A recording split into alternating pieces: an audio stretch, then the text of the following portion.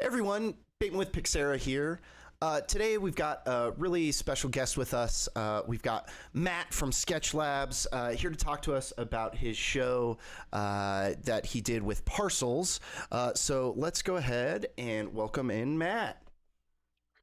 Hey, how you doing? Doing well. How are you, man?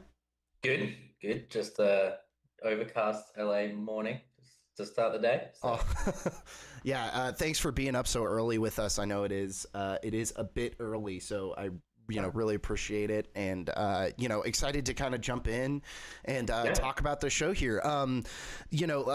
Let's go ahead and we'll just kind of jump right into it here. And tell us about Parcels, tell us about Sketch Labs, tell us about you. yeah. I guess Parcels is an Australian band, based out of Europe. They're five guys. I should not get that wrong. They would murder me for that. Five guys, all playing live. There's absolutely zero tracks involved. It's all completely live, which was a fun difference for me at least. Like a lot of the shows I've done in the past are fully time coded, fully tracked out.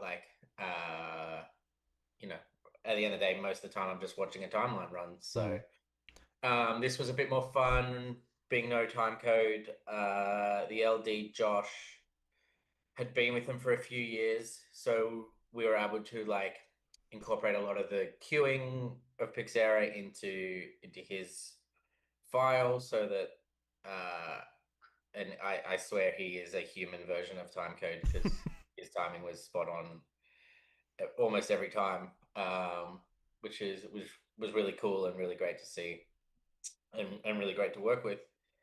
That's the Parcel Show. Awesome. Sketch Lab. We were brought on by a creative company called Core to look after the programming and operating of the servers effectively. Yeah, there's four of us at Sketch Lab. It's kind of like we are a design house, but we spend a lot of time designing with creative companies like Core, and programming lighting and programming video, and just spending a lot of time programming, really. Right. And so Um, does Core came to you, and they kind of yeah, already have a vision and everything. And I think your next does your one of these slides in here talks about the company, if you want, or the kind of the design team. yeah, exactly. Yeah, if you want to. So Core comes to you with an idea. They have Parcels as a client, and then you two kind of collaborate on everything. Yeah, exactly. So the way this one actually came about was a bit different. I've been touring with uh, the production manager for Parcels a little bit in the past, and so when this kind of all came to fruition, and it was like, oh, this is going to be a big kind of quite server heavy kind of thing. He was like, oh, I know this guy Matt.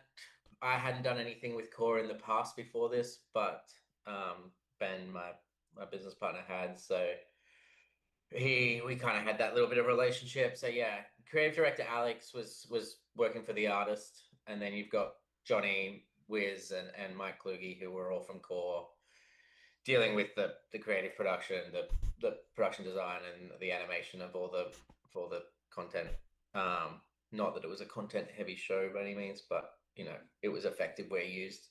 And then yeah, like I said, Josh from Parcels, and then me, Jim, and Pete Hamilton was that production manager. So that was the kind of creative side of things. Obviously, it was a tour. There's a lot more people involved, Yeah. but Yeah, we don't big have big time to team talk about it. certainly. Um, Yeah, and I think one of the things that we're gonna get into that I'm gonna kind of tease now is this show was largely done with just a couple of laptops, and I was wondering if you could talk to me kind of about some of the system design and how you kind of come to that decision. And I think the next page here talks about the gear list, and if you could just talk me through some of that.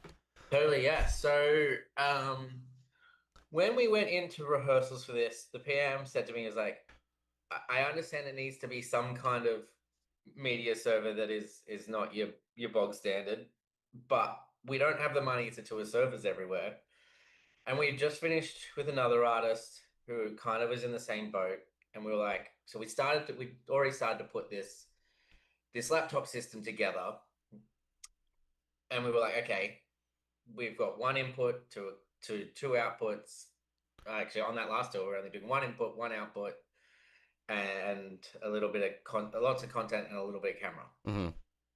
So I was like, yeah, I mean, we've done that before, and then it kind of all built, and I was like, oh, this is going to be quite the thing for a laptop to do. There is multiple camera inputs, multiple outputs. We're doing festivals every day. I like it's got to be small enough that it fits into like this system fits into two Pelicans Mm-hmm. as opposed to our fly server system that is six Pellies by the time you put some monitors on it as well. Mm-hmm. So when I offered up this idea, everybody was really excited about it. And so we went to rehearsals. I took a server to rehearsals just in case. Mm-hmm. So we weren't sitting there going, none of this works. But the laptops ran great, which was I know I sound surprised in that, but I'm honestly not. Yeah, we have main and backup laptops. They're doing two 4K outputs each. Do you want to just jump to the next slide? Yeah, Maybe absolutely. go back to this one. So we're doing two 4K outputs each. Each laptop's doing a 12G SDI input, taking four HD inputs from a quad split to 12G. Mm-hmm. We were trying to think of an efficient way to do camera inputs so that the computer wasn't. What we started with was Thunderbolt 3 units with SDI capture cards that can do 4 HD inputs without any issues. Problem was Thunderbolt 3 doesn't play well with Thunderbolt 4, Mm-hmm. so we were having issues getting that working. And so I was like, okay, I need another route here, and that would have been a whole nother case worth of things because they're not large. Mm-hmm. And I'd always had this idea of like our capture cards were already 12G capture cards.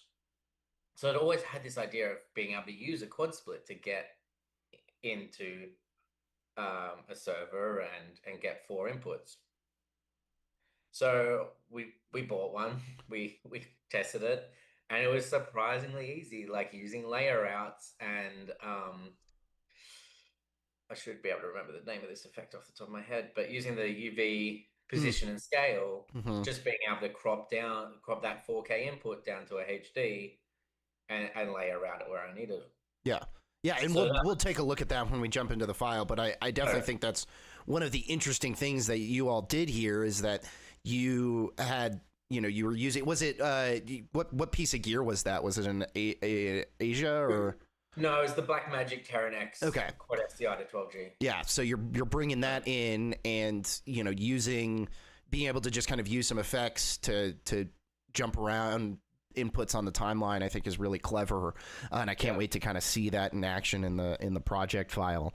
Did you when you kind of came to this decision, was Pixera the decision kind of leading up to that, or did you kind of arrive at it because it was a laptop show and you wanted something flexible? Where did that come into play? Totally. So I've been on Pixera for the last year, and I try and put it on every chance I get. Well, thank you. I mean, it's my server of choice. Like a lighting console is a lighting designer's console of choice. Yeah. So when they came to me, originally it was going to be. I don't know if we're allowed to talk about other people's, but it was going to be a more used, lesser capable, I would say, media server. Sure. But there's two big things that I noticed that I think Pixera has in a laptop system over some of the other systems, and that's actually input latency. I've noticed Pixera's input latency overall is lower across like software in to out. And the amount of shows I've done with cameras and had production managers and management complain to me why Why is his hand down by his side when it was up at his mouth a second ago? What's going on? Can we fix this? And I just have to sit there and go, sorry, that's the limitations of the system. And then since we swapped to Pixera, since like the artist I used to work for, I had done shows on both another system and Pixera. And thinking about it now, management didn't come to me once Hmm. to ask about anything latency related since going to Pixera. On the Parcels show, did you ever do any latency calculations, or if you had to guess, what was your what was the latency? 6 frames. 6 frames. Per down. That's pretty. I mean, that's really good on a bunch of third-party hardware with Blackmagic, especially. Exactly. Yeah. That's Like really good. every Blackmagic unit we go through is a frame. Yeah. So we're through an ATEM to do the routing. We're through a quad SDI to 12G. So that's 2 frames there. Through a Magewell SDI capture cards. So there's probably 2 frames in that at least. And then that was like to the output. So post lightware, which in theoretically is 0 frames, but and there is a little bit of image processing going on in terms of like some things are black and white, some things are colored and things like that. I didn't actually ever check latency with those effects applied, so I don't know whether it made a huge difference. But management A never came clean to you and said iMac was anything. So 6 frames. Yeah, exactly. Yeah, and at the only point in which somebody said something on the Parcels tour was an unrelated issue. yeah, well, It okay. was a hardware issue as opposed to a Pixera issue or anything like that. Yeah. So that was that, and I think I kind of fell more in love with Pixera. Noted when I was like, oh, this is great. Like this is gonna solve probably my biggest question from every management, like every person in management that I've ever been asked. It's just it's just less latency that you have to worry about. Less latency. Yeah. And as soon as you tidy up latency, everything else is forgivable Yeah. or more forgivable. Sure. Sure. But then yeah, in the timeline, I'll just jump in back in. In the timeline, we were doing a bunch of had matrix control from the timeline. Hmm. We were controlling the ATEM from the timeline, Got it. mostly via network commands to a Okay. stream deck to all those things. So, and as I was saying, no time code. Every queue on this show is fired either by me in a stream deck or the lighting operator and an SACN input. Yeah. And when we get into the file, we can talk about how we. Yeah, and I was actually just going to jump to this SACN input. So you were using the timeline, patching your timeline and doing timeline control from an MA console or from? Yeah, from an MA. So when Josh and I first started talking about this, he was quite adamant about doing he wanted to have full control in terms of moving around. Mm.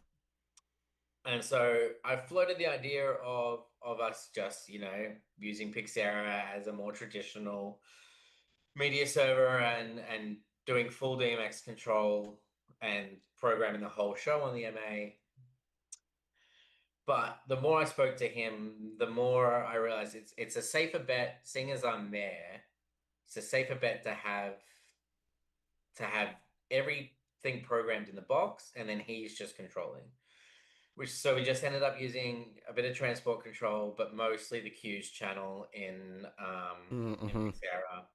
And he is literally just firing queues on Yeah, the time. from like a fader on his, that he's programmed on his Yeah, side. exactly. So we literally for each timeline. So each song's on a timeline. Each timeline has an opacity, a queue channel, and a queue duration, so we can fade between queues if needed to be. Yeah. I don't think we ended up doing that once because I kind of just built everything to play into a pause queue or play into a stop queue. Sure. To build the fades. It just meant that I wasn't relying on him to be able to test and check things, and he wasn't relying on me to have everything working ready to go from the second he was ready. Mm-hmm. And it just meant that I wasn't sitting there going, what's happening here? You're working on a different song to what I need to work on, and Right. And they just tidied all those kind of elements up. and when you're like in the rehearsal and programming process, was when you're talking about kind of some of those different approaches, can you talk about how you are actually doing that kind of in the moment, or where you said you had discussed doing full DMX control, and then you kind of landed on kind of this hybrid method.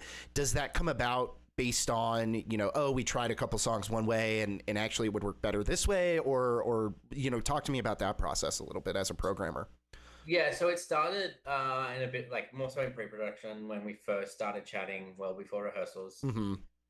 And I floated both ideas to him, and we kind of landed on the fact that it would make more sense to have it programmed and he's just queuing it, Yeah. per se, as opposed to actually firing all the programming. Being a festival tour, like the whole kind of premise for the start of this tour was all festivals. Mm-hmm. So we knew we weren't going to get a video console every day and things like that. So for both of us to be on an MA and programming that way, we could have done it, and I'm sure we still would have pulled off a great show, but I think it would have been much more of a headache for everybody involved. Mm-hmm. From both Josh and I being like, hey, I need to work on this and things like that. And obviously there's ways around that, but Just I think this way I could literally just turn the SACN input off, or he could turn his output off to me, mm-hmm. and I could work independently, and we come back, check it all, Yeah. on a show. And we kind of landed on that being the easiest solution. Sure. Very cool. So just kind of jumping ahead to that system diagram that you sent over, just kind of looking at, just talk me through some of this. We talked about a little bit of it, but again, just looking at those laptops, and yeah, if there's anything else you want to talk about here. Yeah. So when it comes to system stuff, I'm all about the least amount of connections possible. So the less things to plug in every day is the less things to fall out every day, is kind of my mentality to it. So we start with literally a laptop, a main and a backup laptop at the top. All that gets plugged into these, I will say this has been through many iterations, even since I started with Parcels in the last 9 months. This is the most recent. What we found is working iteration, I will say. So if you've seen me on the road at some point in the last 6 months and you're like, that's not how he was doing it, that's because this is the what we currently believe is our best way of doing it. Mm-hmm. So our main and backup laptop, we're thunderbolting. We've got like a little, what is it, a 4IU little hybrid rack that inside effectively has everything but the laptops. Mm-hmm. So we're thunderbolting into some USB-C hubs, which are doing 2 outputs out of each hub. And then we're doing the USB down to the capture cards. And we do have Motus and a timecode clock in this setup, only because it exists from other artists that we work with, mm-hmm. who we've used the same system for. But yeah, so effectively it just kind of bleeds down. Like the laptops go into the hubs do the outputs to the matrix. They do the USBs to the Motus and to the capture cards. And the biggest thing I learned doing festivals with a server system is when I want control of all of these bits and pieces, I can't put those on the lighting network with Josh and his console. So I ended up doing effectively 2 LANs to each computer, mm-hmm. an SACN LAN and a PixNet video control mm-hmm. VLAN out of the Netgear switch, so that if I ever needed to change SACN IP addresses to fit with festivals and things, I wasn't having to readdress my whole rack and go to the festival and be like, I need 10 IP addresses, please. Mm-hmm. Because I'm sure their words would have not been so nice to me if I did.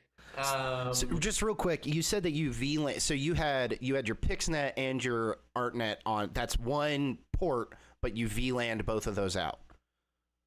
yeah, so they were two separate ports. Two So separate ports. Okay. on the hub, there's a LAN in and there's USB to Cat5 Okay. Great. for the other one. So yeah, And then you not had doing VLAN, anything multiple VLANs on one of on the them. Switch. Okay. On the Switch. Oh, on So the Switch. Switch is Great. the only thing with VLANs. Okay. Yeah, yeah, not doing any smart LAN stuff in the actual computer. Got it. Uh, I I have done it before, and I found that obviously this system wouldn't do it anyway, but when it loses its config, like if Windows Discovery just decides it's a new thing today instead of the same one it's seen for the last 6 weeks, Mm-hmm. and you have to rebuild it all again in a hurry, Mm-hmm. I think there's just too much. Yeah. Too much room for error there. So I'm like, if I just need to, if it forgets what USB Cat5 this is, and all I need to do is give it a new static IP, Mm-hmm. I can do that in moments, Right. and we're off to the races again. Right. And just because I'm curious, what kind of hubs did you use? Literally Ugreen ones. Wow, okay. We went through a few different variations. Mhm. The things that I knew is I wanted it to be powered. Mhm. Not that I was powering the laptops from it, but it meant that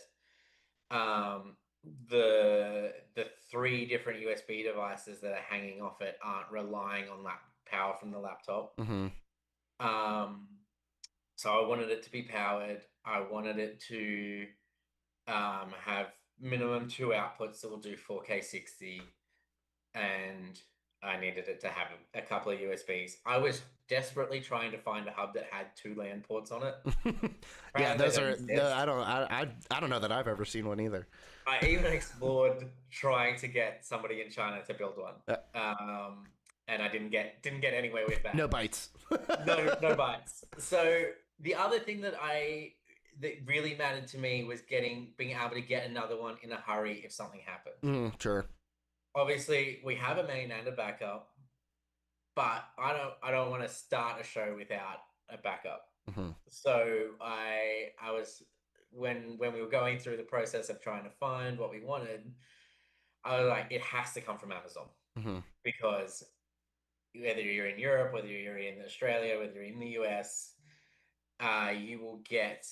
you can get something off Amazon in a day or two, worst case scenario. Mm-hmm. So the Ugreen stuff kind of made sense. We explored a lot of the Anchor stuff, and the Ugreen stuff is where we fit size-wise. I think Anchor had a better product, but it was too big to fit in the rack. The Ugreen stuff fit. This entire section of the hubs and the USBs and powering all of that fits in one half rack unit. Oh wow! Height, Yeah, including the video matrix. Yeah, all fits in what is it, 9.5 inches by like 6, 7, maybe 8 inches deep. Yeah. Which was important to us too.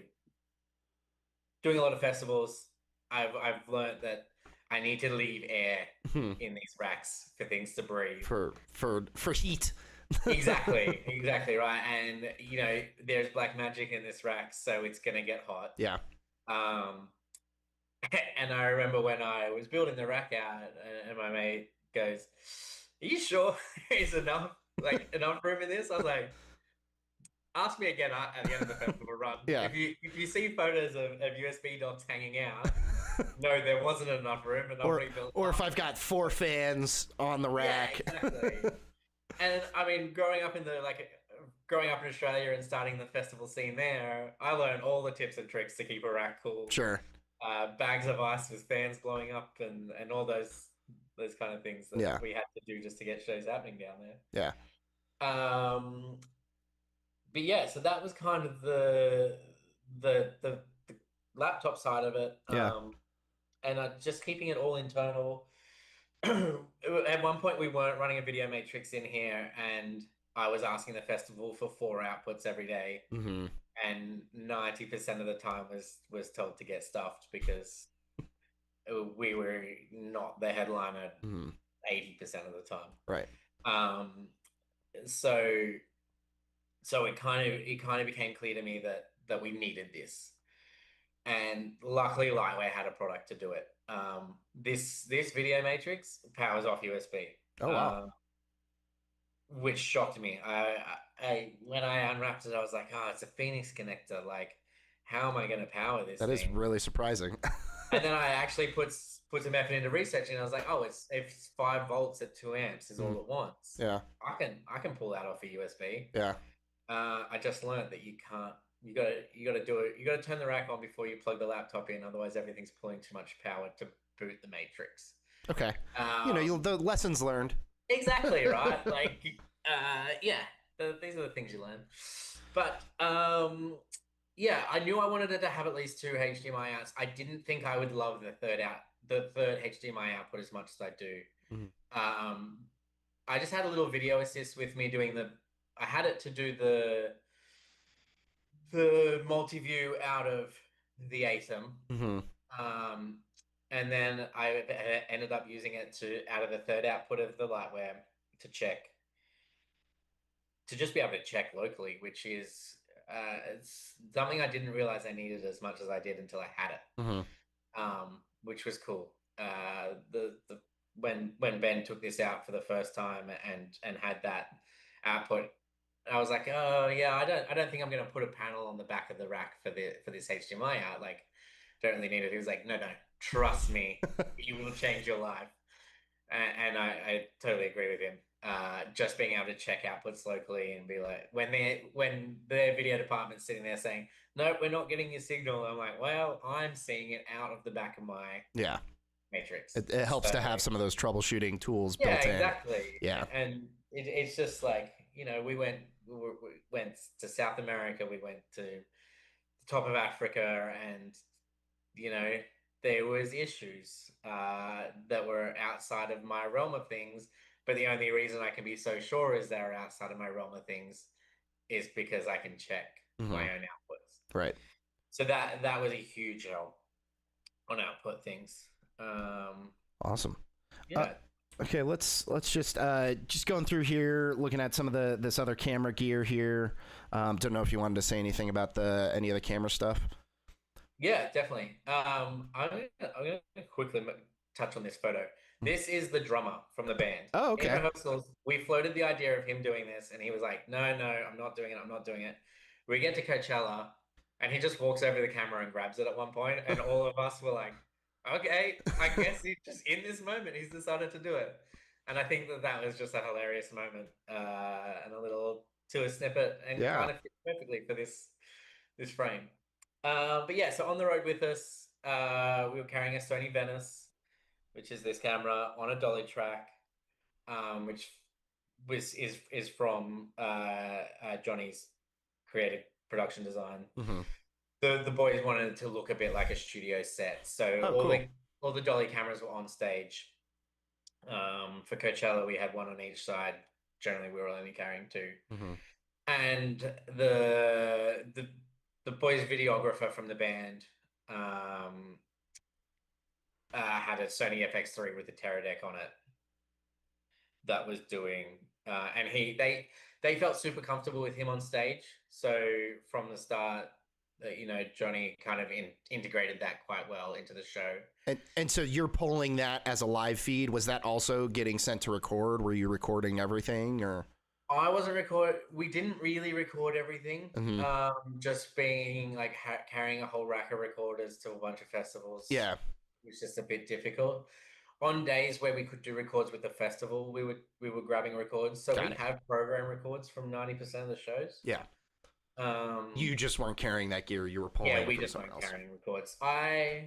In Europe, I carried a Sumo monitor with me, so I was doing multi-view records Mm-hmm. just for my own benefit. When we go back out at the end of the year and program a new show, I now can at least grab snippets of Sure. each part of each camera.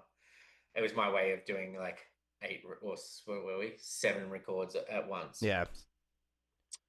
So this is what we were carrying. Mm-hmm. Obviously, we were doing festivals, so we're walking into much bigger camera setups. Mm-hmm. And every day we were aiming for 2 front of house cameras, our dolly, and our handheld plus program. And then if the festival would kind of give us either a roaming camera or some kind of like some way of replicating the dolly shot on the other side. So we were taking 6 ISOs plus program Mm-hmm. every day that we could get it. And were you as the the video operator, are you also basically calling cameras as well, or is there another video director doing that? We've got a camera director with us that calls cameras. Yeah. On the first leg in South America, we didn't, and I was doing I was calling specific moments for Mm-hmm. cameras with the local camera director. Got it. Um, that was kind of how we did that side of things. Worked out it didn't work amazingly. Not that there was anything wrong, just like the whole if I'm dealing with an issue, I now Sure. can't do cameras, and it just kind of all compounded into a little bit too much. So when we went to Europe festivals, Jim Wilmot came on as our camera director, and he was a huge help to me, especially because it took off a whole thing of things I didn't have to worry about, and was also just a great sounding board for like, hey, which cameras are we going to pick to do Right.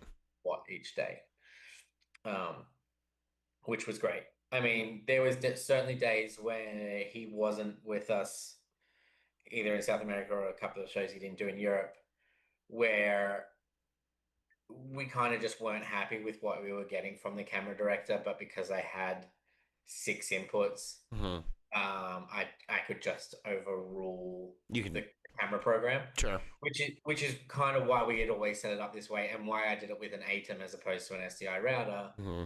Because going to South America and not being able to speak the language and not being able to communicate effectively with the camera director, it always gave me the ability at the touch of a button to go, that's not working for what our show is. And it's nothing against the camera director, it just doesn't work for our Right. show. So I'm overruling you and You firing. can just pull a different feed. Yeah, exactly. Just pull a different camera. Right. And Johnny from the start kind of made it clear to me that was an important aspect of this show, is that we needed to be able to just jump around, and also just in a backup situation, like if we lose a camera, it needs to be a button press away to flick to a different camera so that we're not sitting on a black screen on one half of the stage. Very cool. Just a couple of shots here. If you want to talk us through some of these? Yeah, I mean, on the left here, I assume it's on the left for everybody. Mm-hmm. Is how compact my little setup was. You know, I'm this 4RU rack with a Sumo on top for my camera multi-view.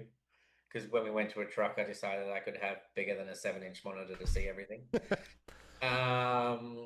My Stream Deck and my 2 laptops, and that was me every day. You can see this is pre-latest version of said rack, because there's a HDMI coming out of the laptop, Mm-hmm. and there's the SACN coming out of the laptops. But other than that, like, it's the second output, all the camera inputs, all the Mo2s for audio out for tracks. The timecode clock is all being fed down one Thunderbolt cable. It's awesome. And yeah, I really I love it because from a touring point of view, it speeds up load in, it speeds up load out. It's also like, we were talking about like, okay, but if that fell out, you would lose the entire show. And we kind of were going through concepts of like, okay, well, are we better off having a HDMI coming out of the laptop as opposed to out of the rack? And then it was like, okay, but then we lose our control still, because we don't have control of anything. We lose our camera inputs. Mm-hmm. And this being a 90% camera, that 90% might be a bit much, 80 to 70% camera show, Mm-hmm. We've lost 70 to 80% of the show anyway if this little cable falls out. So we can't operate on that anyway. So we may as well just put it all. Yeah. Like we thought about every kind of possible scenario we could, of like, is this gonna are we gonna are we gonna shoot ourselves in the foot by doing it this way? Right. And did you ever run into like EDID issues or anything like that? Not being running on a No. on On the 49ers, yeah. yeah. Luckily, most festivals these days have an E2 at front of house. Okay. Um, So that helps. so that helps. And then obviously when we put the lightware in there, Hmm. that that solved every EDID issue we were ever going to have Yeah. because you just lock the EDIDs on the lightware. Yeah. Um, it just means there's another element to update every day uh, when you weren't at 4K 60, Yeah. 4K 50 for Europe. Yeah. Um, yeah, it just meant there was another element to update, but also was a lifesaver in other ways. Yeah. Very And cool. yeah, I think so that's there were certainly days where I was flip-flopping inputs to outputs and things like that as we jump. got there. Yeah. So I think that's the end of the slideshow. Let's jump into our into the show file here, and I'm also going to bring up an output just so people can see what's showing up on the output. Although let's turn off the real quick. I'm just gonna. Can you turn off the test patterns for us? Yeah. Awesome. So yeah, why don't you kind of walk us through? Yeah, so we started this file in what version were we on when we started this? I think we must have been on RC3 when we started this file. Okay. No, we weren't. Sorry, I lied. We were on 239. Oh wow. Okay. So, and obviously didn't have our lovely queue area, Right. that I fell in love with dearly as soon as it came out because I'm Nice like, feature. It's very handy. yeah, I can see everything straight away. Yeah, I can see exactly what queue we're on. I can see the timeline. I mean, you're always able to see time to the next queue, but it's nice to see it as a line. Mm-hmm. So that is probably one of my favorite features that came in Yeah. 25. But yeah, to jump into here, this is my little the way I lay out my show, in terms of just like I got a few things here that I use every day. Like I know we have our lovely test pattern button, but It's sometimes nice to have them on timelines. exactly and it meant that I could put it on a Stream Deck button. Yeah. And so that I just always kind of had that there. And then this was like my emergency iMag. Like if all else fails, hit button, bring this up. Mm-hmm. Um, and also everything ended up being a button on my Stream Deck. But yeah, so that's my three little things at the top here. I only added this late in the game. I kind of wish I had it from the start. I don't know why I didn't. Overall brightness kind of thing. Yeah, just an overall brightness. Yeah. Overall, like, oh shit, something's going wrong. Just throw this up and nothing can override it. Mm-hmm. Being absolutely at the top. And I don't, the only place I use play on top is in, or render on top of play, sorry, is the iMac screen. Yeah.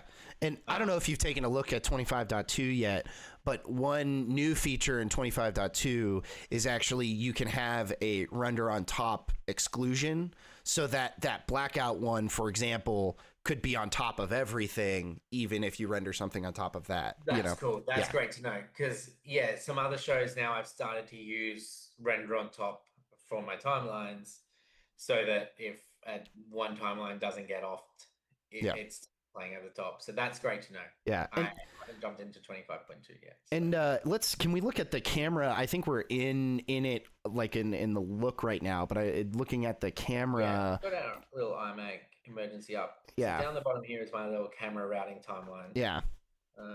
And you've given us some PNGs so that way since we don't have any inputs. Yeah, so this is what I was using to program, remote program / during the mornings before I got my camera inputs. I was able to check everything with this because on the festivals I was effectively rebuilding my LED screens every day to match the festival specs, which I know might not be the fastest way of doing it, but it meant that I had a true pixel perfect preview. And when I've only got, maybe half an hour with the screens each day, it means I can get make sure that I can check my preview against my actual screens.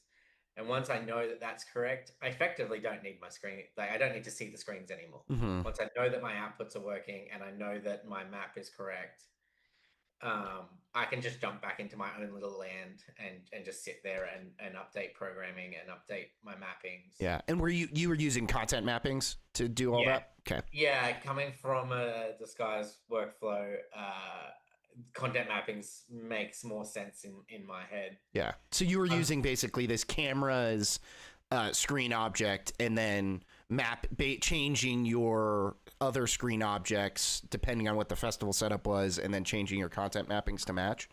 Yeah, exactly. Yeah, that was it. Which we can jump into the content mappings in a minute. But so the biggest thing is to touch on the parcels thing again is like we were direct supported a bunch of festivals, and then we went to Coachella and did a headline slot on outdoor theater on Friday night. Very cool. Which was a big deal to everybody from their side of things. And it's a big deal to me too. Yeah, hey, it's a headline slot at Coachella. Very cool. Exactly. So from the start, I always knew I was going to go back to servers and back to full HD inputs for that show. Right. So you're moving from your laptop show to a higher stakes. Let's bring in some servers. And I'm not saying that the laptops couldn't have done it, but we all just wanted pixel perfect. I didn't want to have to scale up to HDs to the 4Ks for the outputs screens. As you see here, the iMags themselves were 2704. The upstage was 3640. Yeah. So we just didn't want to have to scale. So we kind of kept everything. Right. Kept everything. So when you transferred that show over, what was that process like? Are you just bringing the show file over? Yeah, so literally bundled the project. Mm-hmm. And as bundling a project goes, you leave it for a couple of hours, go get a coffee, come back. Sure. And then drop it onto the server. Yeah. And just did it here at the office before heading out there, before heading out to the desert. Yeah, literally just had the two sitting next to each other and bundled one, put it onto a hard drive, dropped it in the other, and open up the file, re-find all the content, and that was pretty much everything show file wise. Yeah. The only things we did differently is in here you'll see I have a timeline, a layer for every camera, because this way if I jump into my resources, seeing all these X's still just I know, when you don't have the whole show file transferred over. Exactly. A little big to transfer via Dropbox to me. Totally. But it's just one of those things that you never want to see is all those X's. So as you see here in my live inputs, I have all my live inputs still. So if I ever had to jump back, I'm just routing a live input. See, they're still linked to a deck link card. And so I can always just drop those onto my timeline, get rid of these couple of references. Sure. And I am back in one-to-one true camera. Exactly. Yeah.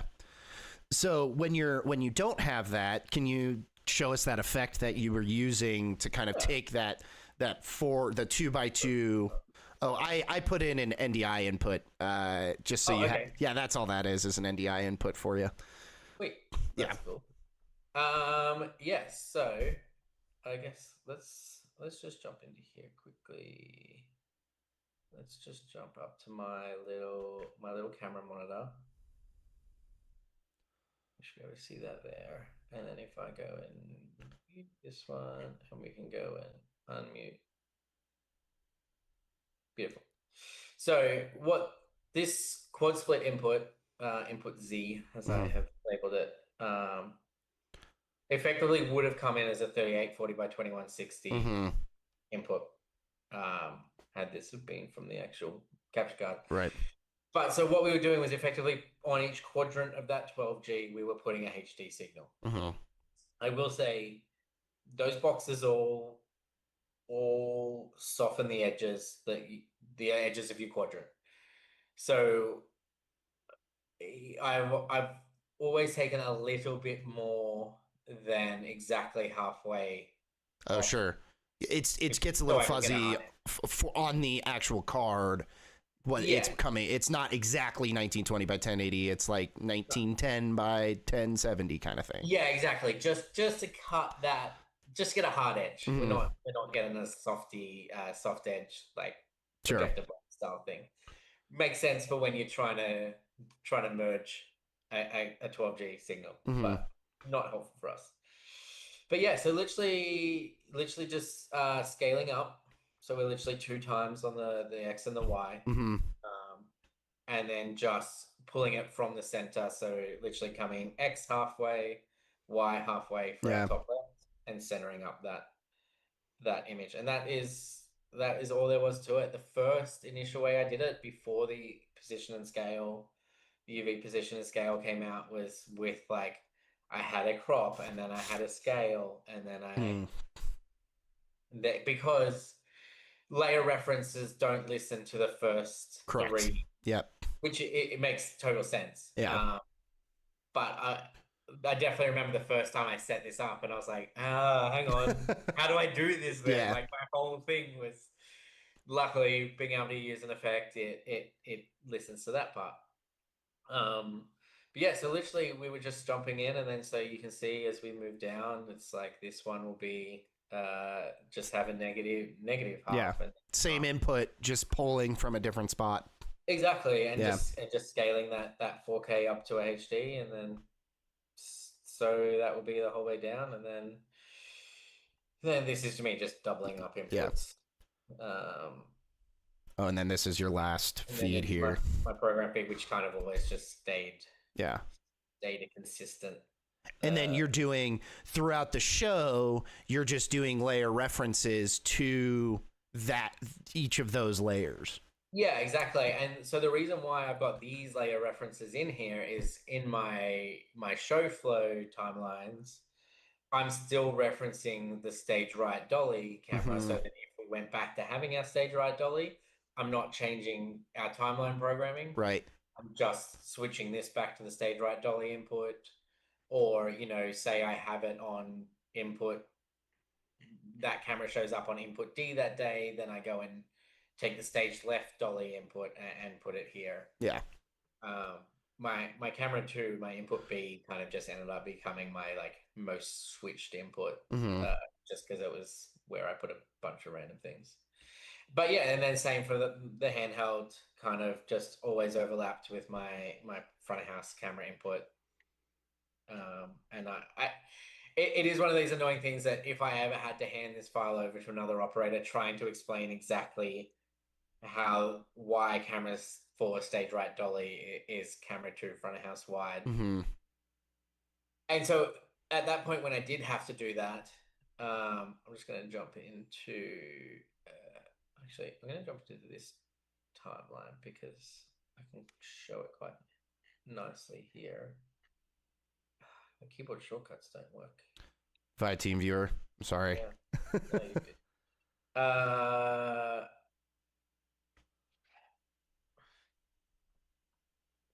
I'm a bit lost with how being Are you trying to zoom out? Nah, just trying to get to one of these. Oh, okay. So this wasn't a queue fired by lighting. This was a queue with a network command, Hmm. um, firing to companion to change my input to the ATEM. Got it.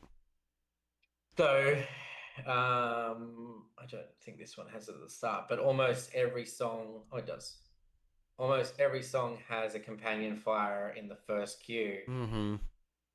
to set up for that song effectively. Got So it. that show the one show they did that I wasn't there for, the operator didn't even have to think about how like it's kind of like a double layer of routing, right? Like we have some routing going on in here, Hmm.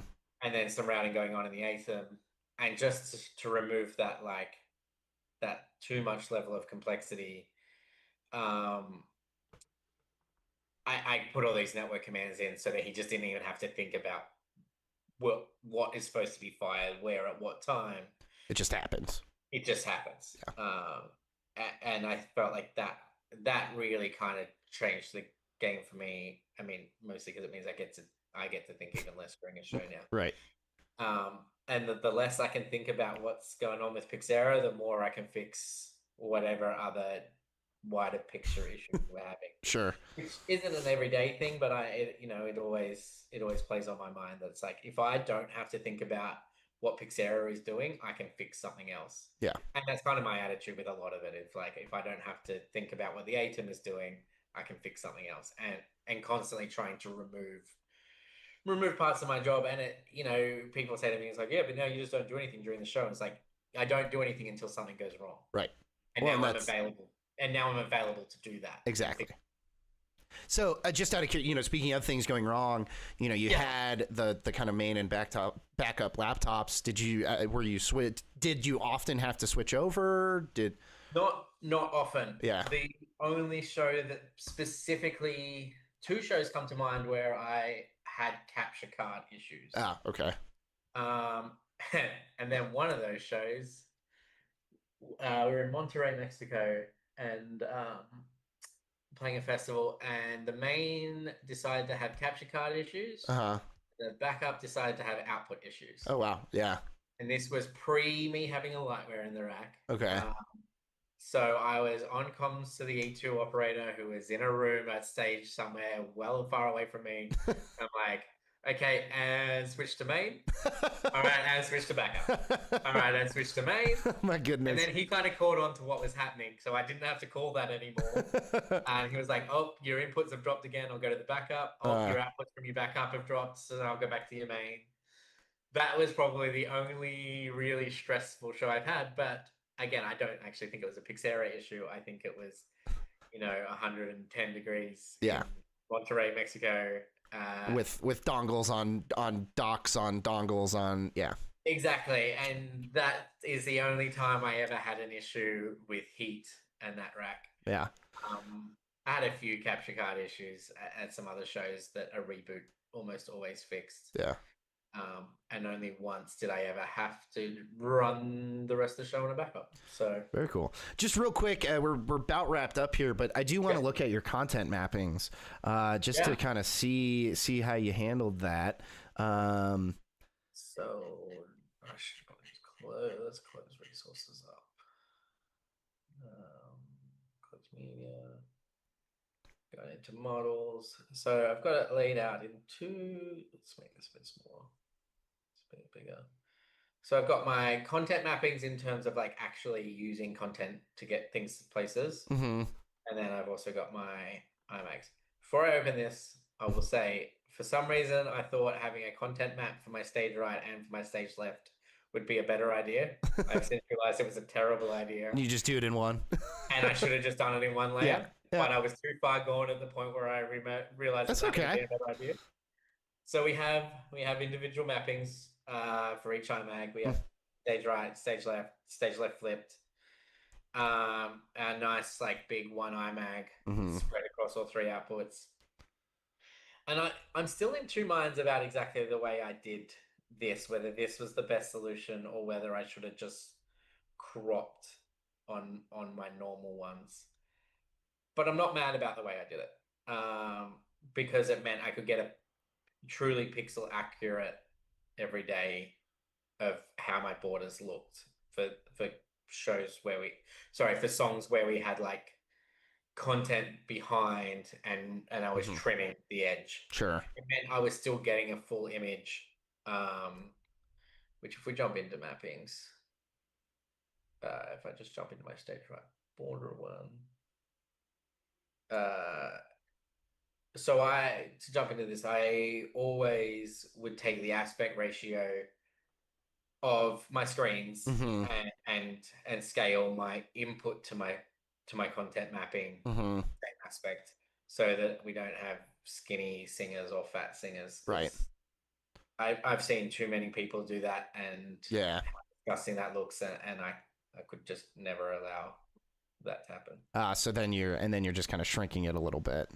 Yeah, so Yeah. this is why I ended up being happy with how I was doing it, because I would just, scale this out of like I would just pop it Mm-hmm. to each corner, and then literally just go plus 100. Oh, yo. Oh, that's probably TeamViewer. Uh, all right, drag it back over here and pretend that I can drop this exactly. Plus 100. Plus 100. And then we just go the height and go minus 200. Yeah. Minus 200. And that gave me a 100 pixel border on every edge. Right. And I knew that that was correct every time, to be exactly 100 pixels when changing aspects. If we were on portrait screens every day or on landscape screens every day and we were sticking to the same aspect, doing it with a crop probably would have been the best way to do it, because I would never have had to do this. Yeah. But obviously when you scale that, and if I was to have to push this right now for a portrait, gives you flexibility to, if you have IMAGs that are different or exactly. whatever. Yeah, exactly. And now I would have to rebuild that crop, and I would just be like judging how far in it came. Yeah, because I don't remember what the pixel count on my is every day. Very cool. So all right, I type it in way too many times because I have too many content mappings, because I split my IMAG for some reason. It's a great tool. It is a great tool, and it's one of those things that as soon as that came in, I was like, yeah, no, Pixera's sold me for life now. Well, good. That being said, I need to learn more about the screen grouping and doing perspective maps. That's my next little. Using them together gets you kind of unlocks even more flexibility in some ways that I think are really, really interesting. So totally, and I think my which one, IMAG across all outputs, which is like this one input across the 3 screens kind of thing.